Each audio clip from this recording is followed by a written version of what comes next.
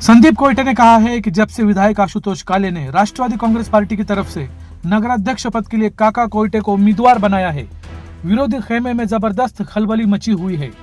इस चुनावी झटके से न उबर पाए विरोधियों ने अब अपने असली सियासी तेवर दिखाने शुरू कर दिए हैं। समता पथ संस्था के संचालक संदीप कोयटे ने सीधे तौर पर यह इल्जाम लगाया है। उन्होंने कहा है कि चुनाव हारने का डर इतना ज्यादा है कि विरोधी अब दहशत का माहौल पैदा कर रहे हैं। ताजा घटना सोमवार 15 तारीख की है। वारी गांव के रहने वाले समता पथ संस्था के एक कर्मचारी बाबा साहेब ठोमरे अपनी ड्यूटी पर कोपरगांव आ रहे थे। शहर के बेट नाके पर 4-5 लोगों ने उन्हें जबरदस्ती रोका। उनसे पूछा गया, क्या तुम काका कोयटे के सोशल मीडिया पेज चलाते हो? जब कर्मचारी ने मना किया तो हमलावरों ने कहा कि हमारे पास सबूत है और ये कहकर उन्हें इतनी जोर से मारा कि उनके कपड़े तक फट गए। जख्मी हालत में बाबा साहेब ठोमरे को निजी अस्पताल में इलाज के लिए भर्ती कराया गया है। इस हमले की खबर मिलते ही समता पथ संस्था के संचालक संदीप कोयटे फौरन अस्पताल पहुंचे और पीड़ित कर्मचारी से घटना की जानकारी ली। मीडिया से बात करते हुए संदीप कोयटे ने कहा, पहले हमारे व्यापारी भाइयों को धमकाया, फिर सोशल मीडिया पर समता के खिलाफ झूठी बातें फैलाई गई और अब तो विरोधियों की मजाल समता के एक आम कर्मचारी पर जानलेवा हमला करने तक पहुंच गई है। कोयटे ने साफ कहा कि यह हमला चुनाव में अपनी तयशुदा हार से पैदा हुआ खौफ दिखाता है। कोपरगांव की जनता अमन और शांति से चुनाव चाहती है, लेकिन विरोधी इसे दहशतगर्दी की तरफ मोड़ रहे हैं। संदीप कोयटे ने पुलिस प्रशासन की कार्यशैली पर भी सवाल उठाए। उन्होंने कहा कि अगर एक साधारण कर्मचारी को धमकाकर पीटा जाए तो 20 तारीख को कोपरगांव की जनता वोट से करारा जवाब देंगे। उन्होंने पुलिस की तरफ इशारा करते हुए कहा कि समता के खिलाफ सोशल मीडिया पर बदनामी फैलाने की लिखित शिकायत हमने 11 तारीख को दी थी, लेकिन आज तक पुलिस ने हमारी शिकायत दर्ज नहीं की है। पुलिस कह रही है कि बदनामी फैलाने वाले का पता नहीं चल सका है, लेकिन टेक्नोलॉजी के इस दौर में क्या पुलिस किसी बड़े दबाव में काम कर रही है? कोपरगांव की जनता ये बात अच्छी तरह समझती है। संदीप कोयटे ने अपनी बेबसी जाहिर करते हुए कहा, हम व्यापारी लोग हैं, हम दहशत का जवाब दहशत से नहीं दे सकते। उन्होंने अफसोस जताते हुए कहा कि ऐसा लगता है कि हमें अपनी जान बचाने के लिए पुलिस स्टेशन में ही आकर बैठना पड़ेगा। इन शब्दों के साथ उन्होंने पुलिस प्रशासन के रवैये पर अपनी गहरी नाराजगी व्यक्त की। समता नागरी सहकारी पतसंस्थेचे कर्मचारी बाबासाहेब ठोमरे आज सकाळी वारीवरून त्यांच्या घरून ते समतामध्ये ड्युटी करता येत होते।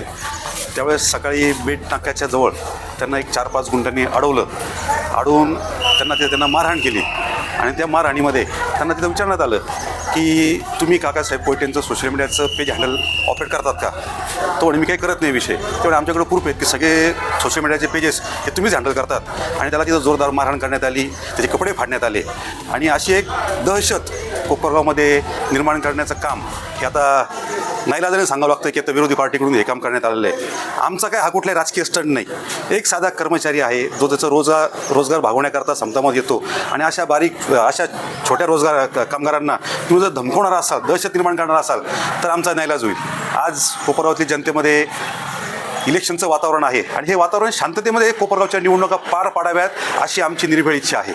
परंतु जर विरोधी पक्षाकडून जर अशा काही गोष्टी होत असतील तर नाईलाज असतो, आम्हाला सुद्धा नको त्या लेवलवर जावं लागेल। खरं तर आम्ही ह्याच्याकरताच ह्या विषय वाढायला नको म्हणून आज पोलीस स्टेशनमध्ये आलेलो आहोत। आम्ही 3 दिवसापूर्वी सुद्धा पोलीस स्टेशनमध्ये आलो होतो आणि आम्ही समतातर्फे इथं अर्ज दिलेला आहे की समताची बदनामी करून फसवणुकीचे एक मजकूर सोशल मीडियावर टाकण्यात आलेले आहेत, त्यांच्यावर तुम्ही कारवाई करावी। तर पोलीस साहेब आम्हाला 3 दिवसापासून सांगतायत की त्या माणसाचा शोधच लागत नाही आहे। अरे हा टेक्नॉलॉजीचा जमाना आहे आणि टेक्नॉलॉजीच्या जमान्यामध्ये तुम्हाला जर मोबाईल नंबरचा शोध लागत नसेल तर हे कोणाच्या दबावामध्ये काम करतायत हे आपल्या सगळ्यांना कळतं आहे आणि हा दबाव जर ते असंच वाढणार असतील तर जनता थांबणार नाही। मग विनाकारण नको त्या गोष्टींचा उद्रेक झाला। कोपरगावमध्ये काय होतं, आपण इतके दिवस शांततेमध्ये कोपरगावमध्ये राहतोय, शांततेमध्ये कामकाज करतोय। आज व्यापाऱ्यांमध्ये दहशत निर्माण करायचं काम असेल, कर्मचाऱ्यांना मारहाण करायचं काम असेल, बदनामीकारक मजकूर टाकायचं काम असेल, हे सगळे उद्योग आता विरोधी पक्षांकडून चालू आहे। त्याच्यामुळं ही दहशत कशी थांबवायची याचीच विनंती करण्याकरता आम्ही आज इथं पोलीस स्टेशनला आलेलो आहोत।